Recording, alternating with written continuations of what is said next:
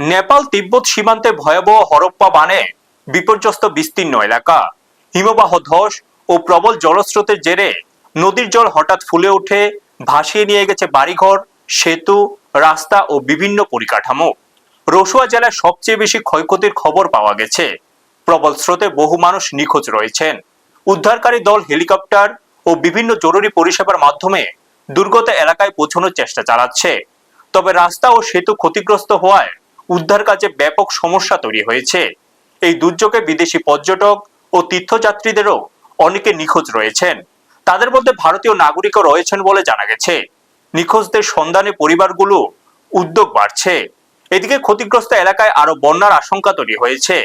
নদীর গতিপথে ধস ও জল জমে নতুন করে বিপদের আশঙ্কা থাকায় স্থানীয় বাসিন্দাদের সতর্ক থাকার নির্দেশ দেওয়া হয়েছে।